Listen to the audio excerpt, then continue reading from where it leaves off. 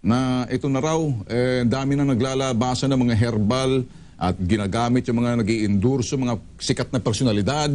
May mga nag-a-advertise pa raw sa telebisyon, may nag-a-advertise pa raw sa radyo, sa mga programa, may mga doktor pa raw na parang maganda ang sinasabi hinggil doon sa herbal na yan. Ikaw kaya ang pinahapyawan dito or may iba pa bang mga herbal dyan na gumagamit at napapanood sa ibang mga programa sa telebisyon? Bigyan mo nga ako ng linaw dito. Kasi po, sa gaya ng sinabi ko sa inyo, ang Abanyong Lingkod talagang una-una po, low profile po ako at wala po tayong patalastas na mababanggit. Maliban sa programa nyo nung tayo po ay magkahamunan, sapagkat kesa ibayad ko sa mga endorsement o ibayad sa mga higanting mga channel o istasyon, bibigay ko na lang po sa mamamayang Pilipino yung gagastahin ko po doon na milyon-milyon, pamamahagi ko na lang po yung herbal ko sa mababang presyo. At yung pong ating proseso, Mr. Bitag, kung mapapansin po ninyo, lahat po ng ginagawa nating mga dealer, yung sa akin, kung hindi po nakaranas ng kaginhawahan o kalunasan sa pamamagitan ng paggamit po ng herbal, hindi po nagiging qualified na maging distributor. Kaya po magkaiba, kung mapapansin po ninyo, kung ang Abanyong Lingkod ay kahanay ng mga sinasabi ng mga dyaryo, telebisyon at mga dyaryo, sikat na po sana ako ngayon. Halimbawa, kinuha ko yung isang nasa Estados Unidos o nasa UK. Hindi po tayo ganon. At ang ko po, hinahamon ko po lahat ang departamento ng ating pamahalaan na pwede nyo kaming suriin lahat.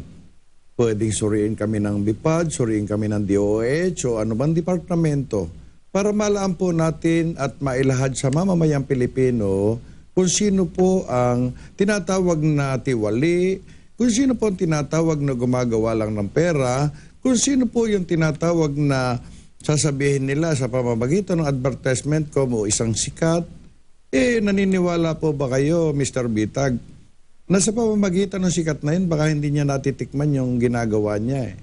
Baka po yung iba, sa kagustuhang kumita, hindi po ako kahanay doon.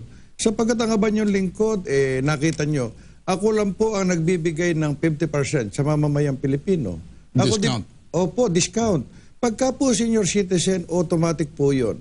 Pagka po mahirap na mahirap, may certificate po ng barangay, may certificate ng municipality, tawag po rin sa English, dynasty ba yun? Dynasty. Yun. Binibigyan ko po yun ng kalunasan, lalo na yung mga taga-payatas. Kung magbigay po ako dyan, halos pamasahin nila, binibigyan ko pa Kaya nga, nung mabanggit nyo at paanyayahan nyo ako ng isang araw, nagulat ako sapagkat ang Abanyong Lingkod ay kalmante sapagkat kayo mismo at yung pong sinasabi na mga testimony, isinulat ko po lahat. Ang testimony po natin ngayon ay 1,744. Yung nagpapasalamat po sa Abanyong Lingkod. At pwede nilang imbestigahan at suriin mula sa pamahalaan, yung mga DOH o mga department ng mga doktor, BIPAD. PMA. Kung hindi totoo ang aking imbensyon, maliwanag po na una-una hindi po ako lalaman sa inyo ng hamunan sapagkat kayo lahat sa inyo ng bagay talagang sinisiyasat ninyo. Sapagkat ang layunin ninyo, mapabor ang mamamayang Pilipino. Kaya ako, malakas ang loob ko na humarap sa inyo. Yun po ang aking katugunan. Alright, linawin natin, Ray. Kasi unang-una, may issue ngayon. Ang issue ngayon, naglalabasan daw yung mga ibang mga herbal company o yung mga ibang gumagawa ng herbal. At nasasabi nitong mga mamamahayag na to o nasa media o kung sino man sila, hindi na ako interesado mabanggit or may karapatan silang sabihin yan. At maaaring pwedeng sakyan ng ibang mga taga-media na may tinutukoy sila. Hindi ko alam kung ikaw ang tinutukoy na maaaring nagagamit daw yung programa. Sa programa ho ni Bitag, hindi ako nagpapagamit.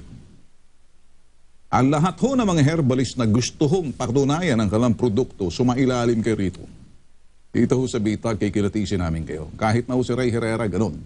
Ngayon, si Ray Herrera lang ho, ang mukha at ang humaharap, yung iba, puro lang kayo patex, puro na lang kayo sasakay at sasabihin na akala ninyo akong tagapagtanggol ng mga herbal company. Hindi. Ang nais lang ho namin kung talagang epektibo yung herbal ninyo, Nakakatulong yan. Wala kaming dapat sabihin na masama at dahil nakakatulong. Or gumaling, pero ang galing kasi medisina eh. Ang herbal kasi, hindi ko Lunas. maitukoy medisina, lunas lamang. So ang sino man magsasabing gumaling, abay, dalawang bagay. Ano yun? Himala. Hindi ako naniniwala sa ganun. So marami ho naglalabasan ng mga herbal dyan, ng mga iinumin mo, mga juice dyan, na gumaling, ganere, cancer, malapit na mamatay, nabuhay.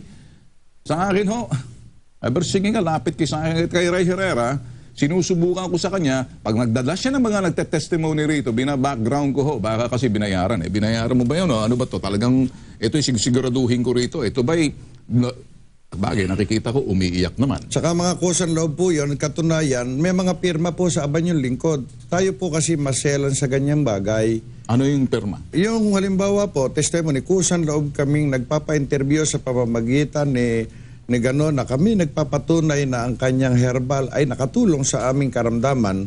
Kamukha nga po nito, no, isang taga-Porac, Pampanga, Fatima Carlos, alam ba ninyo yan, breast cancer. Talagang nagpagamot na sa pinakamalaking ospital dito sa Greater Manila. Alam ba ninyo, sumuko siya sa gastos. Alam ba ninyo, nakaka-6 na bote pa lang. At yun po, pwede natin puntahan sa Barangay Pio, Porac, Pampanga, Fatima Carlos. Ano, may medical records ba to sa hospital Meron na po. nilapit niya? Kung anong hospital? Meron po, meron. Anong stage daw siya? Halos stage 3B po siya na inalis yung kanyang kabilang Breast.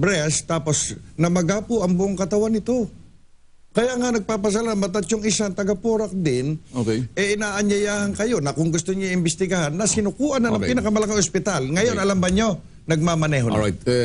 Ray, madaling sabihin yan.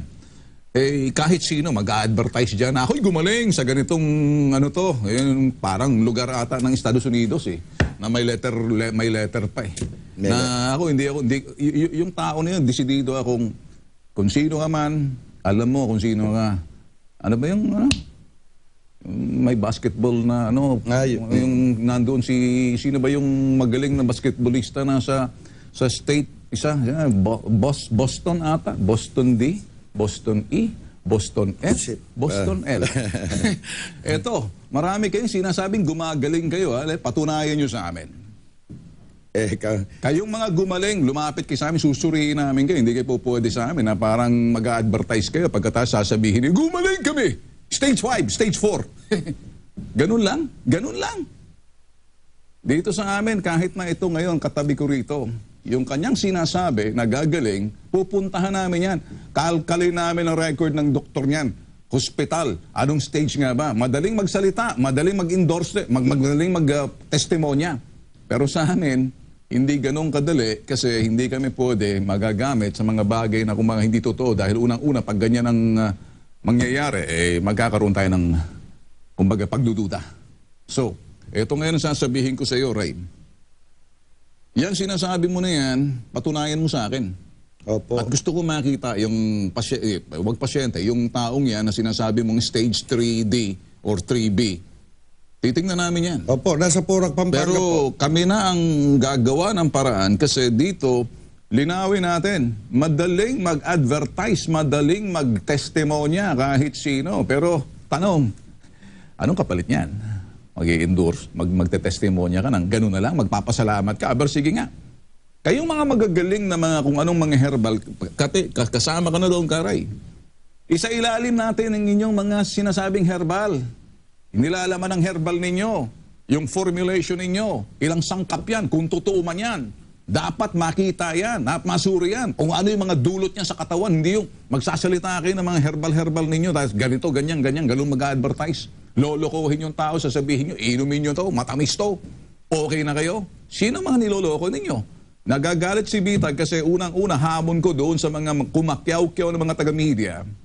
Huwag niya akong susubukan Pati kayo maimbita ko sa aking programa at para sa akin sasabihin ko, hindi kailanman at sino man makakagamit ng programa ko ito. Ang trabaho ko, sa totoo lang. Ngayon, hindi ko iniindurso si Ray Herrera. Nandito to, hamunan namin to. At hindi ito drama. Sa amin, yung mga nanunood at yung kung susubok, sila ang magsasabi.